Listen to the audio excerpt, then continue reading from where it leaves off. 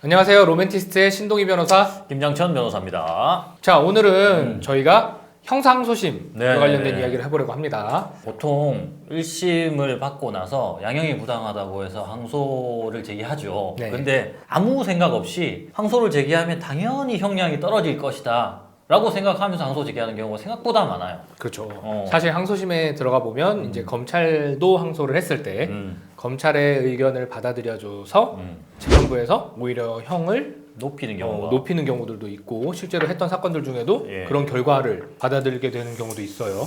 제가 진행했던 사건들 중에서는 네. 생각보다 그렇게 많이 있지는 않았는데 주변의 사건들을 많이 보면 특히나 성범죄 관련된 사건들 내지는 투자 사기 같은 사기죄에 관련돼서 이런 사건들을 보면 항소심에서 오히려 상당히 형이 증가하는 경우가 많습니다. 네. 그래서 무턱대고 항소하면 절대 안 돼요. 항소 실익이 있는지 여부를 판단하시고 그리고 난 다음에 항소를 해봐야겠죠. 일단은 항소심에서 어떻게 결과가 변동될 수 있는지 제가 한번 이야기를 해드리고 싶은데요. 네네네.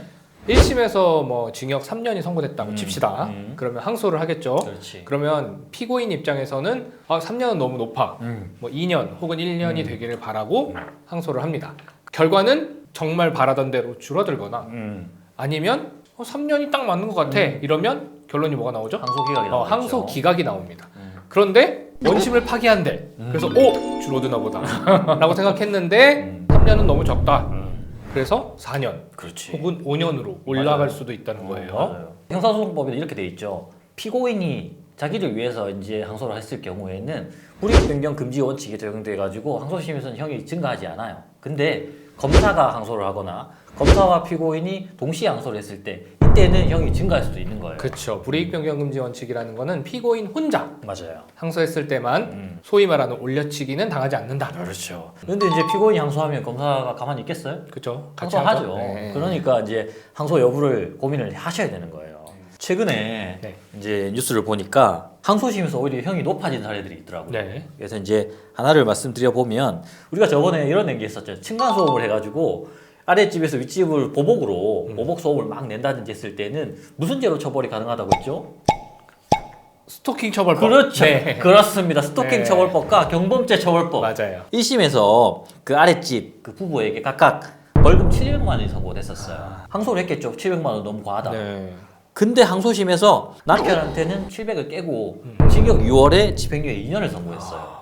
아내에게는 그대로 700을 유지했고. 그러면 이거를 읽으신 일반인 분들 중에는 원래 벌금 냈어야 되는데 집행유예 됐으니까 벌금도 안 내고 감옥도 안 가고 오히려 좋은 거 아니야? 아유, 라고 생각하시는 분도 있을 거예요. 아니요. 큰일 네. 납니다. 벌금형보다는 당연히 징역형이 훨씬 더 높은 죄고요. 이 집행유예 기간 동안에 만약에 또 다른 범죄를 범하게 되면 이 집행유예가 실효돼가지고 지금 6월 살아야 되는 거예요. 그렇죠. 큰일 나게 되는 거죠. 네. 그러니까 만약에 내가 죄를 져서 형을 받게 된다. 최소한의 형을 받아 놓는 것이 우선은 최선입니다.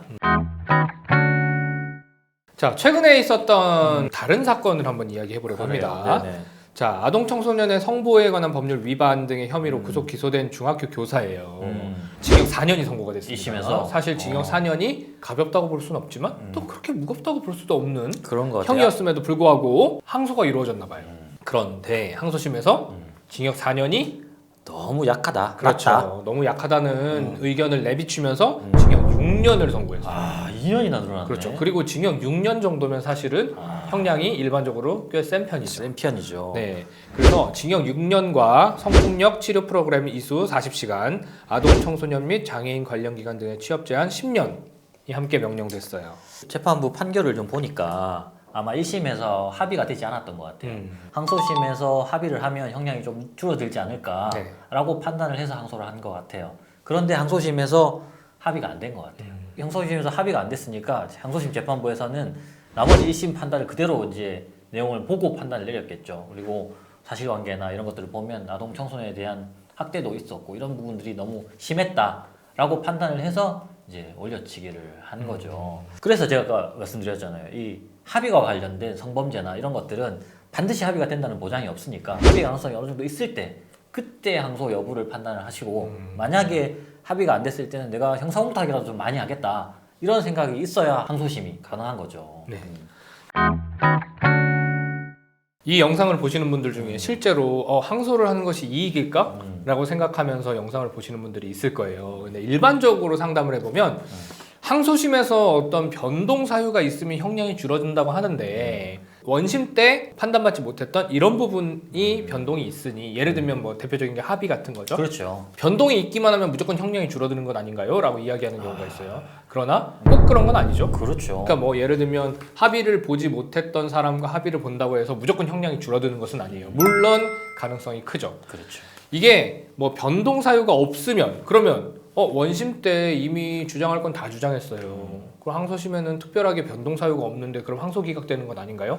일반적으로 그런 경우가 많죠. 그러나 원심 재판부가 판단 자체를 잘못하는 경우들도 있어요. 그렇죠. 그래서 내 주장에 변동이 없다고 한들 항소심에서 무조건 항소 기각이 되는 건 아니라는 거죠. 그렇죠. 그 주장을 항소심은 다르게 판단해서 해당 부분에 대해서 무죄로 판단할 수도 있고 그리고 죄질에 대해서도 항소심에서는 오히려 뭐 조금 더 낫다라고 판단할 수도 있죠. 그냥 내가 1심 선고됐으니까 무조건 항소한다라고 생각하시면 안 되고 항소 실익을 반드시 따지고 항소를 해야 됩니다. 그러면 소위 말해서 항소심에서 올려치기 당하는 그런 경우가 발생하니까 그러면 변호사 비용은 비용대로 쓰고 형은 형대로 늘어나고 얼마나 억울하겠어요. 일단은 항소를 하기 전에 내가 뭐 합의를 볼 수 있는지 아니면 1심에서 선고된 추징금을 좀 미리 납부해서 항소심에 내가 추징금을 이미 납부하고 왔다 라는 부분을 어필할 수 있는지 혹은 내가 1심 때 미처 제출하지 못한 양형자료 뭐 가족들이 힘들어하는 사정이 있다던가 뭐 아니면 나의 뭐 지병이 있다던가 아니면 내가 범죄를 저지르게 됐던 어떤 특별한 사정이 있다던가 그런 부분들이 제출되지 않았다면 그런 부분들을 보완해서 제출할 수 있는지 이런 부분들을 고려해서 항소를 결정하는 것이 좋지 않을까라는 생각을 해봅니다. 보통 우리가 약식 명령이 나오기도 하잖아요. 약식 명령에 대해서 정식 재판을 청구했을 때 이때는 형이 올라갈 수도 있지 않나요? 그렇죠.